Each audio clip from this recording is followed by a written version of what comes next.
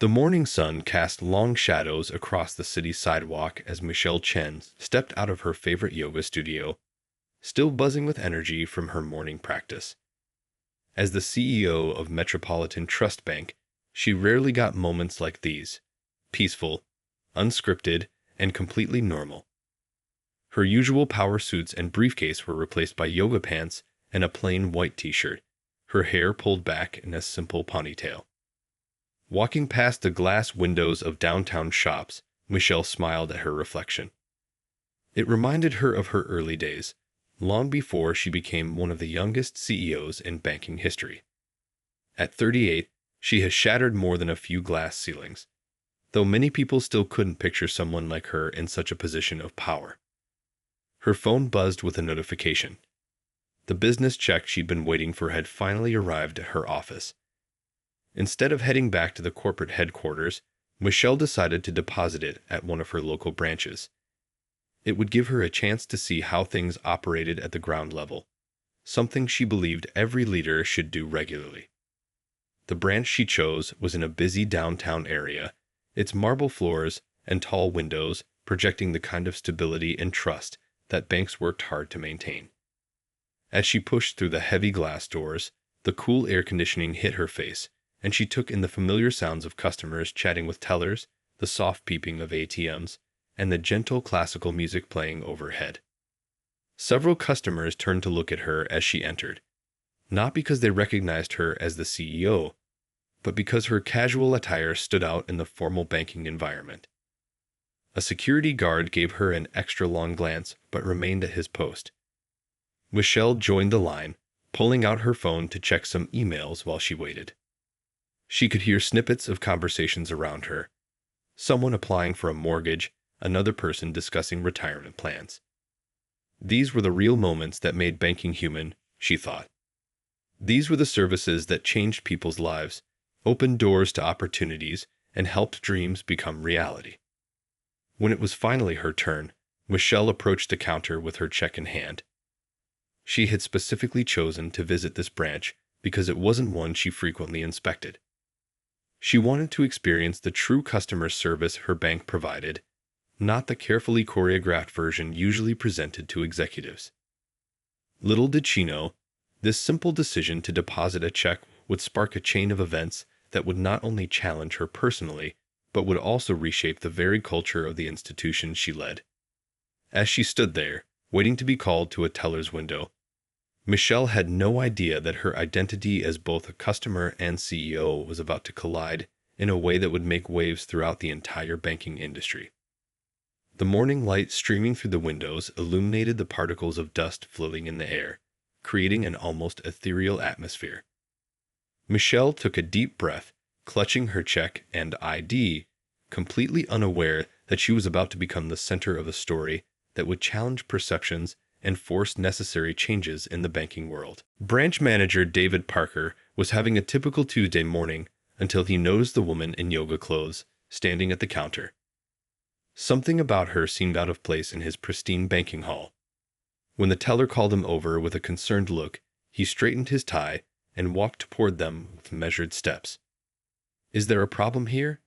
he asked, his voice carrying that special tone of authority that came from 15 years of banking experience. The teller handed him a check, and his eyebrows shot up at the amount. 7 figures. His eyes darted between the check and the woman in workout clothes who had presented it. "Ma'am," he began, folding his hands on the counter, "we take security very seriously at Metropolitan Trust." He held the check up to the light, turning it this way and that, making a show of examining the watermarks. "You understand, of course, that we need to take extra precautions with transactions of this size." Michelle stood quietly, watching him perform his theatrical inspection. She'd written countless checks like this one, but standing there in her casual clothes, she was just another customer to him, and clearly one he didn't trust. The other customers in line began to whisper. Some pulled out their phones, perhaps sensing the tension building in the air. David's face remained professionally blank, but his eyes told a different story, one of doubt and prejudgment. "Could you explain how you came to possess this check?" he asked, his tone suggesting he already had his own theories. The question hung in the air like a heavy cloud, loaded with unspoken assumptions. Michelle reached into her gym bag and pulled out her ID. "I believe this should answer your question," she said calmly, though her heart was racing. Not from fear or embarrassment, but from a growing determination to see the situation through to its natural conclusion. David barely glanced at the ID before launching into a lengthy explanation of bank protocols and fraud prevention. His words were textbook correct, but his tone carried something else, a hint of condescension that made several nearby customers shift uncomfortably. "Perhaps," he suggested, with what he probably thought was diplomatic patience, "you'd like to speak with your employer about this check first. We could call them right now to verify the funds." He reached for his phone, his fingers already dialing, clearly expecting this suggestion to make her nervous. Little did he know, each word he spoke was digging a deeper hole, one that would soon become a valuable lesson for the entire banking industry. The morning light streaming through the windows now felt more like a spotlight, illuminating a scene that would soon become a turning point in both their lives. Behind them, the line had grown longer, and the whispers had gotten louder.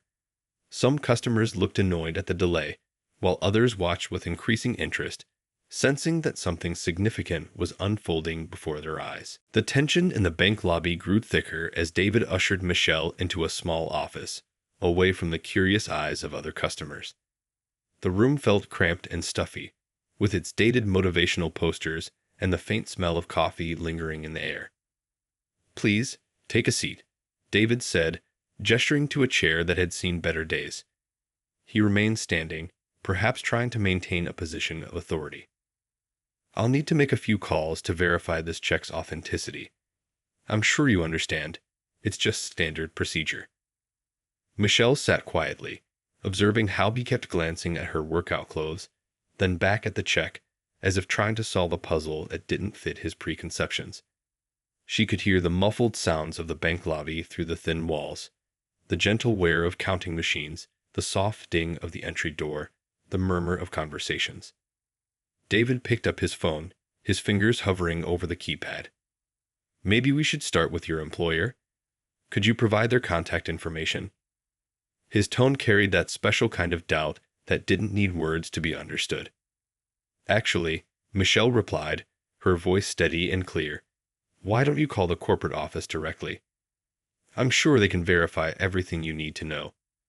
She provided the number, watching as confusion flickered across his face. She had recited the executive office number without hesitation. As David dialed, Michelle noticed how his hand trembled slightly. She could hear the familiar voice of her executive assistant answering on the other end. The conversation that followed was like watching someone slowly realize they were standing on thin ice. "Yes, hello.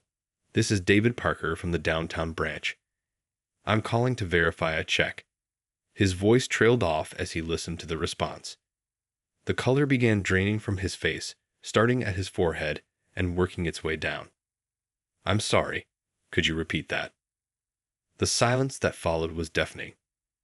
David's eyes widened as he looked at Michelle again, really looked at her this time, recognition finally dawning. His hand holding the phone began to shake more visibly. Yes, I understand. Of course, she's right here." He stumbled over his words, his professional demeanor crumbling like a sandcastle hit by a wave. I didn't realize. Yes, I'll handle it right away." The phone call ended with a soft click that seemed to echo in the small office. David stood frozen, the phone still pressed to his ear, as if hoping it might give him instructions on how to handle this situation. The motivational poster behind him, something about success through teamwork, now seemed to mock the entire scenario. Michelle remained seated, her posture relaxed but dignified. She didn't need to say anything. The moment was speaking volumes on its own. Through the office window, she could see bank employees beginning to gather, whispering among themselves. Word was spreading. David's interrogation had turned into an unexpected nightmare as other employees began recognizing the woman sitting before him. Through the office window, faces appeared and quickly disappeared, like fish darting beneath the surface of a pond. The news was spreading through the branch like wildfire. Ms. Chen, I can't begin to express. David's words stumbled over each other as beads of sweat formed on his forehead. The expensive tie he'd been so proud of that morning now felt like it was choking him. Michelle raised her hand gently, stopping his stuttered apology mid-sentence. "Let's talk about what just happened here," she said, her voice carrying the quiet authority that had helped her climb to the top of the banking world. Not as CEO and branch manager, but as two people. A young teller knocked timidly on the door, holding a stack of forms. Her eyes widened when she recognized Michelle, nearly dropping the papers. "I'm so sorry to interrupt. I had no idea. The paperwork you requested, Mr. Parker." She practically fled after placing the forms on the desk. "Tell me, David," Michelle continued, leaning forward slightly, "what was your first thought when you saw me walk in?" The question hung in the air like morning mist, impossible to ignore but difficult to grasp. David sank into his chair, his earlier show of authority completely evaporated. I just saw the check amount and your—" He gestured vaguely at her clothes, unable to finish the sentence. "My workout clothes," Michelle completed for him. "And you made assumptions based on that, didn't you?" Her tone wasn't angry or accusatory. If anything, it carried a note of understanding that made the situation even more uncomfortable for David. Through the window, they could see the bank lobby had grown unusually quiet. Customers were still being served, but there was a palpable tension in the air, as if everyone knew something significant was unfolding behind the office door. "How many other customers have you made assumptions about, David?" Michelle asked, picking up the check that had started it all. "How many dreams have been delayed? How many opportunities missed? Because someone didn't fit your image of success?" David's face flushed red as memories of similar situations flooded his mind. Times when he'd been quick to judge, to doubt, to question. Each memory now felt like a weight pressing down on his shoulders. "This isn't just about me," Michelle continued, her voice both firm and gentle. "This is about every person who walks through those doors carrying their hopes and dreams, looking for a chance to make them real." The news of what had happened spread through the branch like an electric current. Employees who had been busy with their daily tasks now found reasons to walk past the office, stealing glances at the unfolding scene. The branch's usual professional hum had transformed into a buzz of whispered conversations and nervous energy. Inside the office, David sat motionless, the weight of realization pressing down on him like a heavy blanket. The phone on his desk kept ringing, but he couldn't bring himself to answer it. He knew who was calling. Word had reached the regional office, and now everyone wanted to know what had happened. Michelle watched as a mix of emotions played across his face: embarrassment, fear, understanding, and finally, something that looked like genuine remorse. Outside the office window, a group of tellers huddled together, their faces a mixture of concern and curiosity. "You know what the hardest part of my job is?" Michelle asked, breaking the heavy silence. "It's not the board meetings or the financial decisions. It's knowing that somewhere in our branches, people are being judged not by their potential, but by their appearance." A young intern accidentally walked into the office with some files, froze like a deer in headlights upon recognizing Michelle, and backed out so quickly she nearly tripped. Under different circumstances, it might have been funny. "I started my career as a teller," Michelle continued, her voice carrying memories of those early days. "I wore second-hand suits and carried my lunch in a paper bag. How many times do you think I was mistaken for the cleaning staff instead of an employee?" David's face paled even further. His own assumptions had been laid bare, and now he was seeing them reflected in the stories of someone he should have recognized as his superior. The morning sun had shifted, casting long shadows across the office floor, marking the passage of time during this unexpected lesson.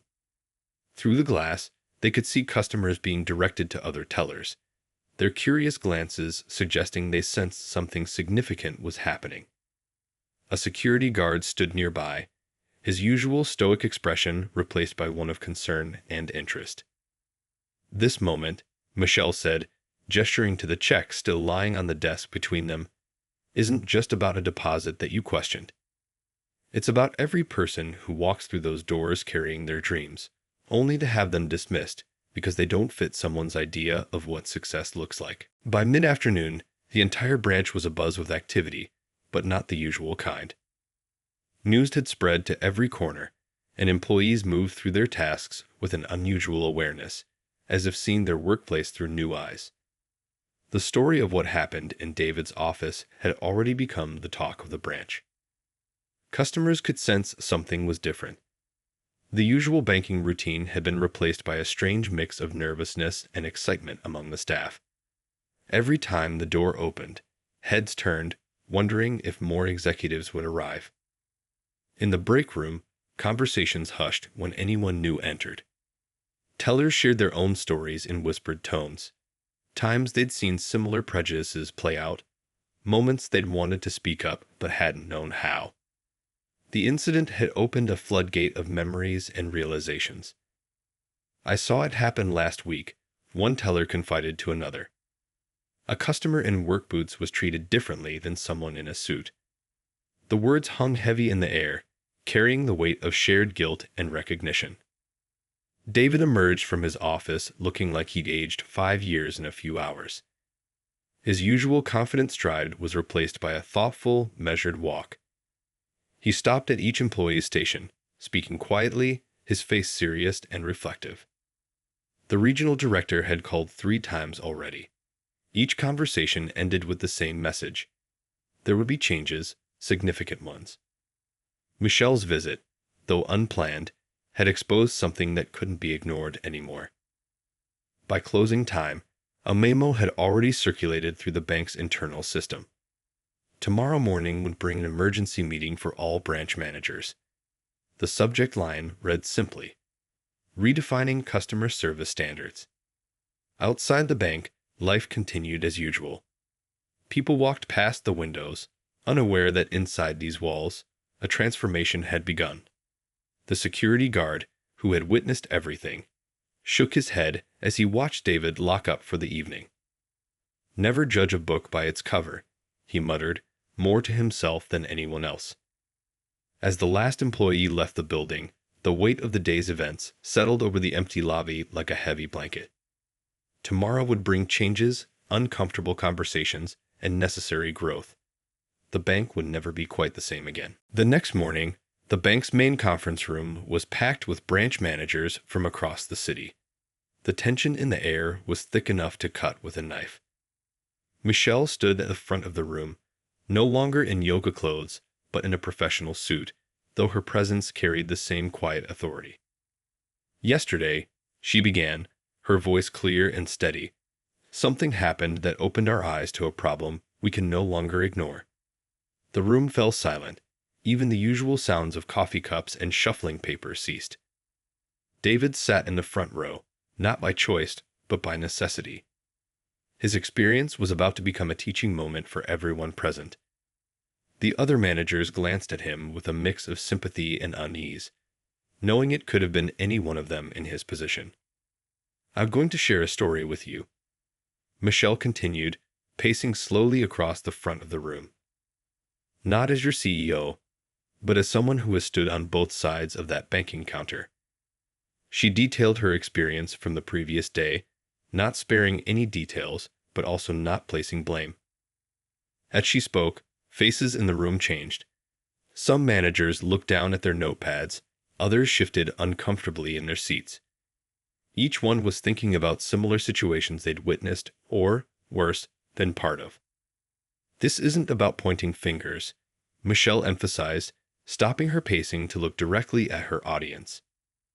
"This is about recognizing our blind spots and doing better. Every person who walks through our doors carries dreams with them. Dreams of homes, businesses, education for their children. Who are we to judge those dreams based on appearances?" David raised his hand, surprising everyone. His voice shook slightly, but his words were clear. "I'd like to share what I learned yesterday, if I may." Michelle nodded, stepping aside to give him the floor. As David stood and faced his peers, the room grew even quieter. Here was one of their own, about to lay bare the kind of mistakes they all feared making. His honesty in that moment would become legendary in bank training sessions for years to come. "I thought I knew what a successful person looked like," he began. "Yesterday showed me how wrong I was, and how many opportunities I might have denied because of my prejudices." 6 months passed, and Metropolitan Trust Bank had undergone a remarkable transformation. The changes started small, new training programs, revised customer service protocols, and regular staff discussions about unconscious bias. But like ripples in a pond, these changes spread far beyond their initial impact. The downtown branch, once known for its strict formality, had become a model for inclusive banking. David, surprisingly, emerged as one of the strongest advocates for change. His experience had transformed him from a rule-bound manager into someone who truly understood the human side of banking. Regular customers noticed the difference. The atmosphere had shifted from cold professionalism to genuine warmth. Tellers were trained to greet everyone with the same respect, whether they wore suits or work boots. The security guard, who used to stand stiffly by the door, now welcomed people with a friendly nod. One morning, a construction worker walked in, covered in dust from the worksite. In the past, he might have received suspicious glances. Instead, a teller welcomed him warmly. He was there to deposit his first business check. He just started his own construction company. The bank's reputation began to grow. Stories spread through the community about how Metropolitan Trust had changed. Other banks started sending representatives to learn about their new approach. Industry magazines wanted to write about the transformation. Michelle watched it all unfold from her office in the corporate headquarters.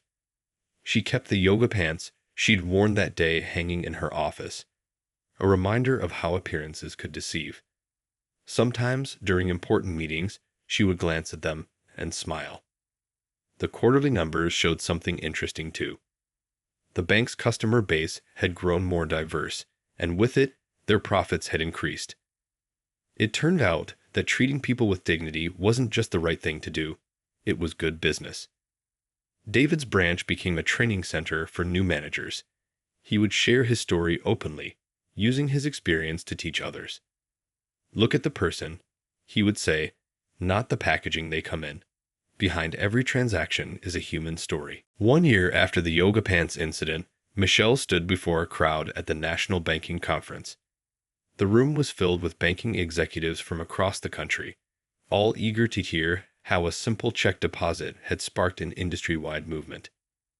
Change, she began, looking across the sea of faces, doesn't always come from boardroom decisions or policy meetings. Sometimes it comes from a person in yoga pants trying to deposit a check. Gentle laughter rippled through the audience. The conference hall's screens displayed Metropolitan Trust's new training program, now being adopted by banks nationwide. Statistics showed dramatic improvements in customer satisfaction and community engagement. But the real story was in the individual experiences. A slideshow played behind her, showing snapshots of success stories. A food truck vendor getting his first business loan, a retired teacher opening a bookstore, a young mechanic expanding her auto shop. Each photo represented someone who might have been overlooked in the past. David sat in the audience, now promoted to Regional Director of Community Banking. He watched as Michelle shared their story, no longer feeling shame, but pride in how far they'd come. His phone buzzed with a message from his branch, another success story in the making. The banking industry press called it the Metropolitan Revolution. Other banks were following their lead, retraining staff and revising policies. What started as one uncomfortable incident had grown into a movement for change. Michelle ended her speech by pulling out a familiar piece of paper, the check that started it all. "This check wasn't just about money," she said, holding it up. "It was about seeing people for who they are, not what they wear or how they look." As applause filled the room, Michelle caught David's eye in the audience.